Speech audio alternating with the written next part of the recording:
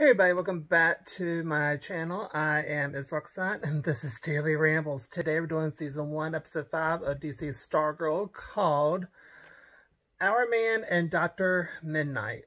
So we started with 9 years ago where someone is trying to send a package to Pat and the parents are leaving their kid behind, and he's going to be staying with the uncle. Well, the uncle's staying at their house, put the house in his name, left him $50,000, and his name's not going to be Rick Tyler, it's going to be Rick Harris.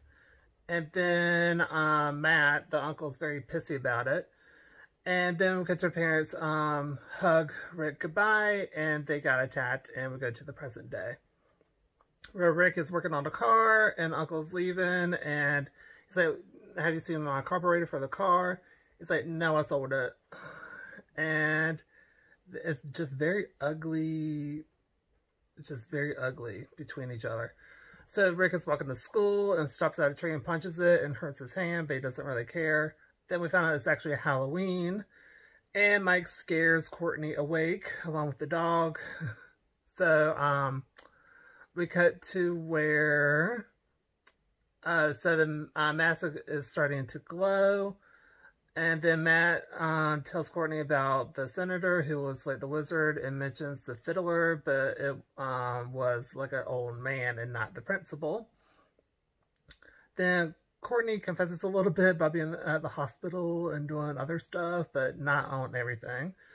Then we cut to where Beth overhears Courtney and Yolanda talking, and then the fiddler heard it too, who is the janitor.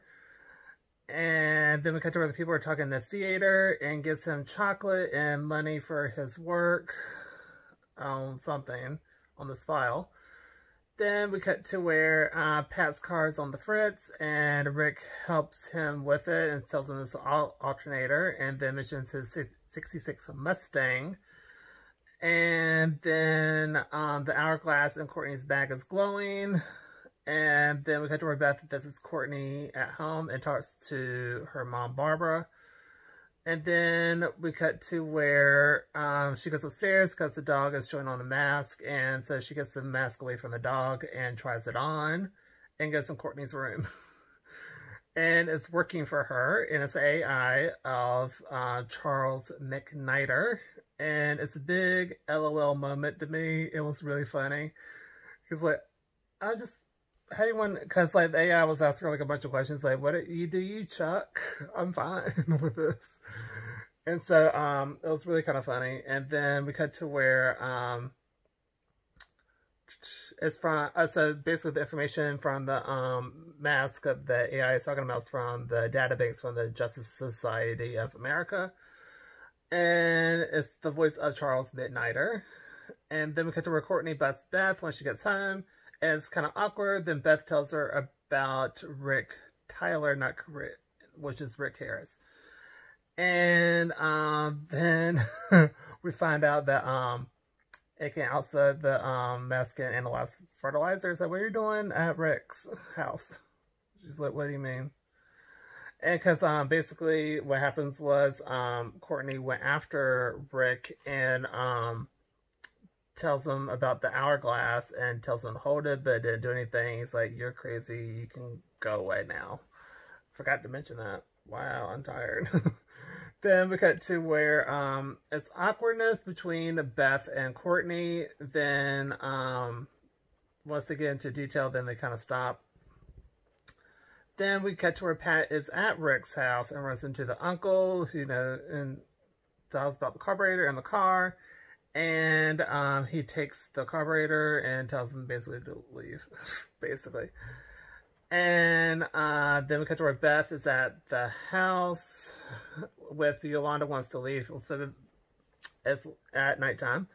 So they're going to this big house, and the best is there's like 80 underage infractions happening in the house with like drinking and stuff. And so Yolanda doesn't want to go in because she sees Henry, so she wants to stay outside. Well, originally she wants to go home, then she agreed to stay outside. Then we cut to where we find out that, so Beth and Courtney go inside, and we find out it's Beth's first party. Cool. And then that bratty girl, she's getting ready. I don't remember her name. And she's going to be a vampire. Then Courtney took a mask from a drunk dude and put it on, disguise herself to so she can be a little bit more incognito a little bit. And then that's the girl that came down to be a vampire. Her friend will also dress as a vampire and goes tells her to change. Then Henry is not feeling so good, and his head hurts. And basically, the girl tells him to leave and go to the hospital. And so he does leave. As he is leaving, here's Yolanda think jerk, and he's like, "What'd you say?" He's like, and she's like, "I didn't say anything." Then we cut to where Courtney finds Rick and explains Hourman, and basically he's a brilliant chemist and only works for the DNA of Rex Tyler. So Rick puts it on and actually works, and he crushes a beer thing. I forgot what it's called. Keg. That's what it is. Wow. Then we cut to where he leaves, and so they go to suit up, but Beth is left out of that conversation. So then Rick messes up his uncle's truck because he was being kind of a little weird with a waitress at the restaurant. So he punched the truck in half. Then we cut to where Beth is lonely and talks to the AI and saw what happened to Rick's parents. And then Courtney and Yolanda go to talk to Rick, and he vents, and he hates feeling the way he feels because he feels like he is just filled with venom and he doesn't want to feel that way. And it kind of dumps his feelings. And he punches the tree, and it goes down. Then Beth shows up and then shows them what actually happened to Rick's parents, because he does not want to be a part of the new Justice Society of America. And Solomon Grundy is one that really took out his parents, and so that turns Rick into helping them, but he wants revenge, not to really be a part of this gang, but he wants revenge on what happened. Then an 18-wheeler is entering Blue Valley, but a bus is in the road, and then the fiddler, which is like I guess the principal or whatever, or someone steps out and fiddles.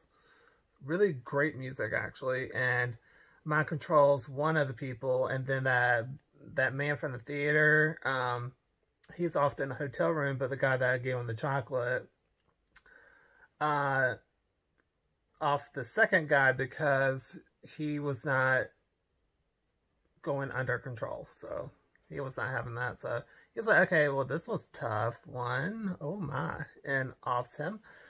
And then we cut to where Pat got a phone call and sees a truck. And so then we cut to where, let's see, then Pat knows, and the Green Lantern actually starts to glow in the bag a little bit. So that lets him know that she took stuff from the museum, and that was the end of the episode. Really good episode. I really enjoyed it, so I give this A+. But I felt really bad for Beth because she wants to help, and like her heart's in the right place and stuff, but she's just like a little bit on the awkward side, which, you know, she gives me like Felicity Smoke vibes a little bit, but I kind of like that. So I'm rooting for Beth. I really am. Rick, I feel like his character arc is going, you know, it's going to be really good. And I think Beth will too, as well. I think everyone's character arc is going to be really good, actually. But I think it's going to be interesting how well they're going to gel together. And we kind of see a little taste of that for the preview for next week's episode. And I'm watching the CW version, not watching the DC Universe version. I did not know it was the DC Universe version until someone pointed out on my video. Thank you to that person. I really appreciate it. I thought overall it was a really great episode, and we get to learn what happened to Rex and to his wife. And Solomon Grundy plays a major role in offing people, apparently. So, really good episode. Really enjoyed it, and that's going to do it for this video. I'm very excited to see what's going to happen. And that's it. Subscribe if you would like, and I'll see y'all in my next video. Bye, everybody.